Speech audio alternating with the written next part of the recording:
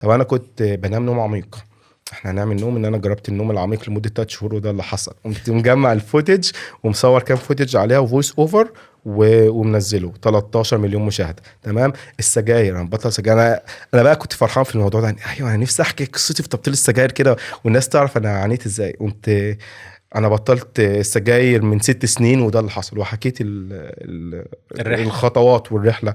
برضو 13 مليون مشاهده ما شاء الله. فعرفت بقى ان هو خلاص في خلال ال90 يوم دول. يعني انا كنت في اليوم ال90 15,000، اليوم 95 كنت وصلت ل100,000، اليوم ال100 كنت وصلت 200,000 فولورز، وبعد ال100 كنت تقريبا ال100,000 دي بجيبها كل مثلا 10 أو 15,000، 10 أو 15 يوم. وده خلاني برضو يعني يعني مش عارف اقول ازاي، بس بقى عندي هوس اللي هو انا اصلا مش مصدق ايه الفيوز دي والريفريش ب3 4,000 فولورز. فاهمني بجد اقسم بالله.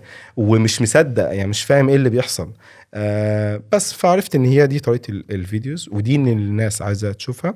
واداني دفعة بقى كويسة اللي هو انا عايز ايه اتعلم بقى حاجات واعمل حاجات واقوم ايه مشارك تجربتي، والموضوع ده هيساعدني. فبدات بقى اتعلم مهارات وانزل، وساعدني بقى كتير في حاجات كتيره. اولا انا بقيت عارف ايه الخطوات اللي هتحصل. يعني انا عارف ان انا اول يوم مرحله التجربه والحماس، تاني يوم مرحله المقاومه اكمل وما اكملش، تالت يوم مرحله التعب. فبقيت لما باجي اتعلم اي مهاره او اعمل اي حاجه، يلا بينا مش دي مرحله التعب، يلا هنخلصها أنا بقى عارفها، ونخش. أنا عارفها. هنخش بقى وندخل في اللي بعدها.